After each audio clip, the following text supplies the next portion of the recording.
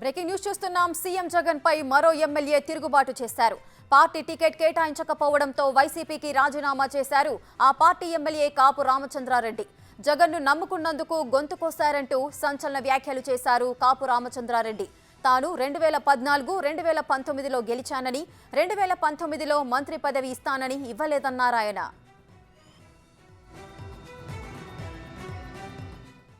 తాను తన భార్య ఇండిపెండెంట్ గా బరిలోకి దిగుతామన్నారు. రాయదుర్గం, కళ్యాణదుర్గం నుంచి పోటీ చేయడం పక్కా అన్నారాయన. 2 చోట్ల నుంచి పోటీ చేస్తామని తేల్చి చెప్పారు కాపు రామచంద్రారెడ్డి. అంతేకాదు ఏ పార్టీ టికెట్ ఇచ్చినా అందులో చేరి పోటీ చేస్తానన్నారు.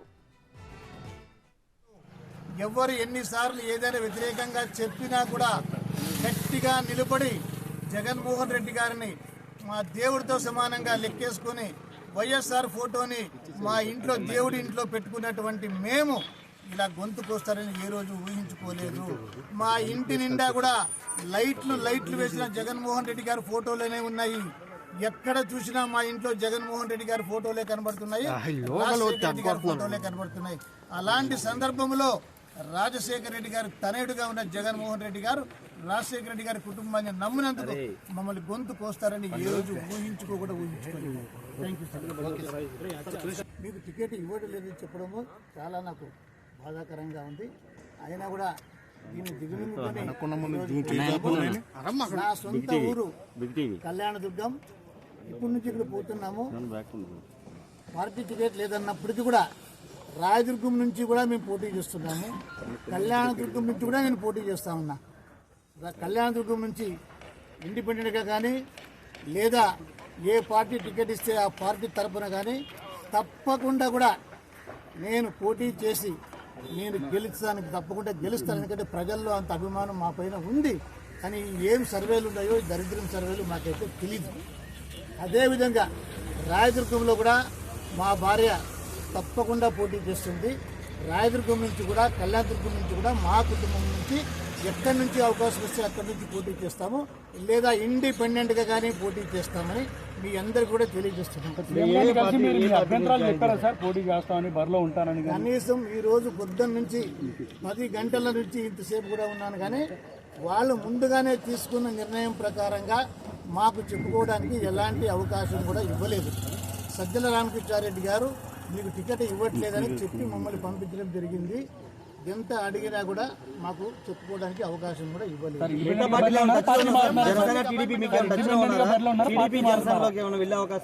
ఏ అవకాశం వచ్చినా కూడా దాన్ని సద్వినియోగం చేసుకుంటాము. ఏ అవకాశం లేకపోయినా ఇండిపెండెంట్గా కానీ కూడా తప్పకుండా పోటీలో అయితే కళ్యాణదుర్గం, రాయదుర్గం 2 చోట్ల కూడా ఉండి తీరుతాం. ఇదే అంశానికి సంబంధించిన మరింత సమాచారం మా ప్రతినిధి శివ లైవ్ లో అందిస్తారు. రైట్ శివ, చెప్పండి. వైసీపీ పార్టీకి కాపు రామచంద్రారెడ్డి రాజీనామా చేశారు. మనం మొన్న కూడా చూసుకున్నాము, ఆర్కే కూడా రాజీనామా చేశారు. ఈ విధంగా వైసీపీలో ఒకరి తర్వాత ఒకరు రాజీనామాల పర్వం అయితే కొనసాగుతోంది. ఈ రామచంద్రారెడ్డి కూడా అసలు ఈ రాజీనామా ఎందుకు చేశారు, దీనికి గల కారణాలేంటి?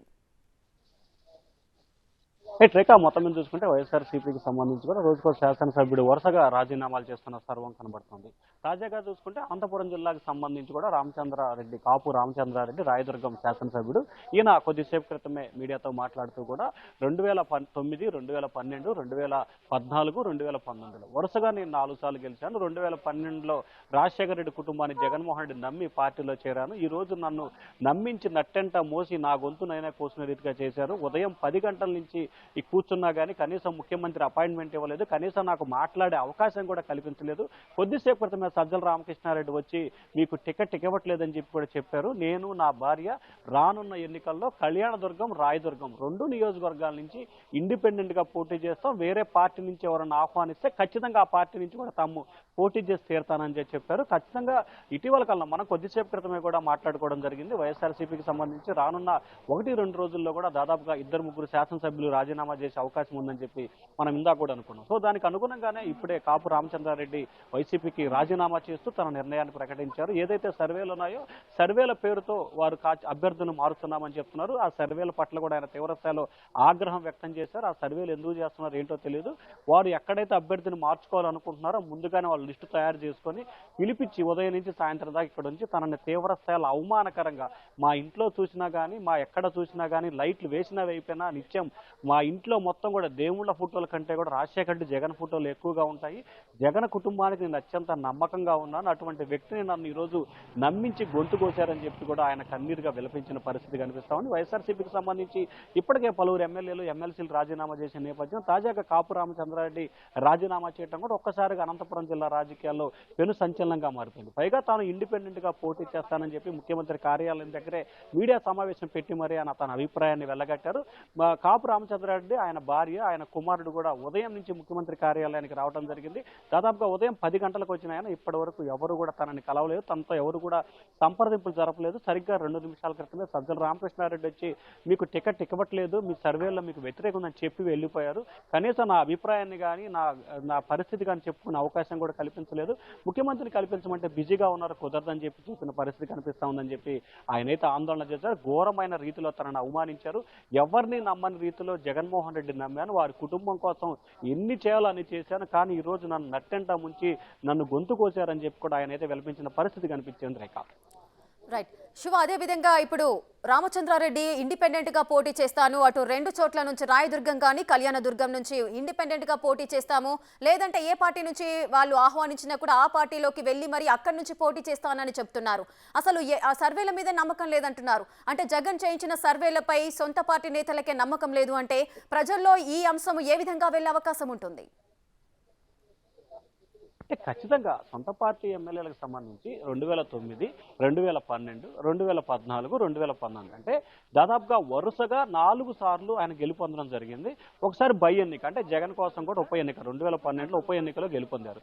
2019, 2014, 2019 సాధారణ ఎన్నికలు. కానీ 2012 మాత్రం ఉప ఎన్నికల్లో కూడా 4 సార్లు గెలిచిన వ్యక్తికి సర్వేల్లో వ్యతిరేకత వచ్చిందని చెప్పి సాకు చెప్పడాన్ని కూడా ఇటు ప్రజలు కూడా అంగీకరించే పరిస్థితి లేదు.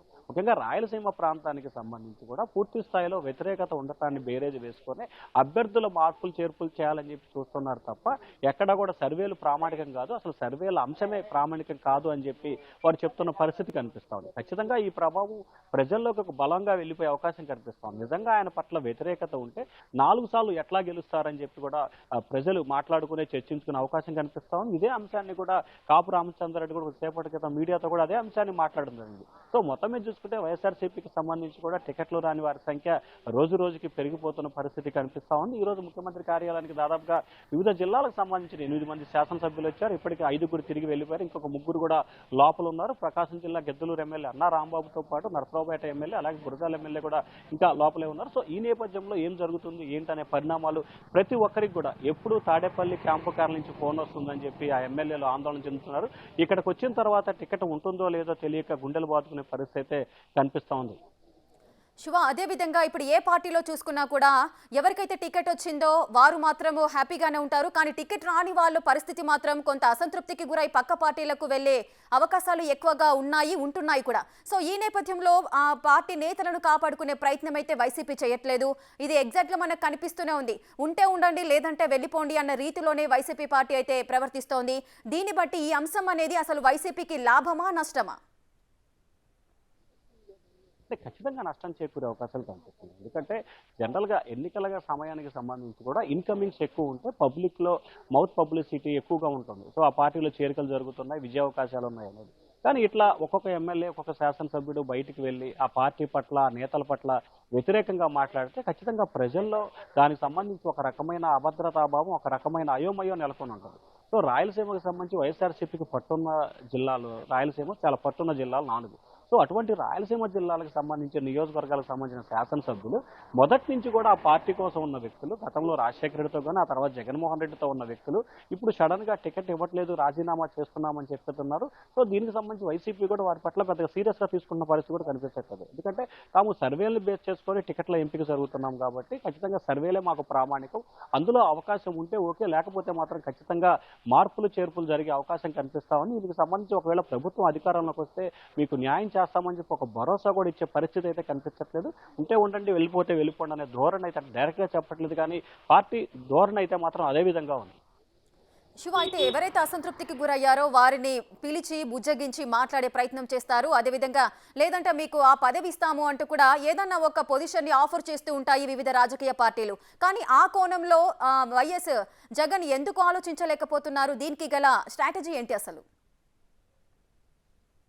అంటే ప్రధానంగా చూసుకుంటే ఐపాక్ బృందం అనేది ఒక బృందం సర్వేని బేరేజ్ వేసుకున్నారు. ఆ బృందం ఇచ్చిన సర్వే నివేదికల ఆధారంగానే వైఎస్ఆర్సీపీ ఒక స్టాండ్ పెట్టింది. సో ఆ బృందం ఏదైతే అభ్యర్థులకు సంబంధించి గెలుపు ఓటములు సూచన చేస్తుందో వారిని ప్రామాణికం చేస్తుంది. ఎందుకంటే 2019లో వారు చెప్పిన సూచనలు, సలహాలు, వారు ఇచ్చిన సలహాల మేరకు మాత్రమే ఖచ్చితంగా దాదాపుగా 150 స్థానాలు వైసీపీకి వచ్చింది. సో ఇప్పుడు కూడా వారు చెప్పిన సూచనలు, సలహాలను ఖచ్చితంగా పాటించాలని చెప్పి ఆ పార్టీ స్టాండ్ తీసుకుంది.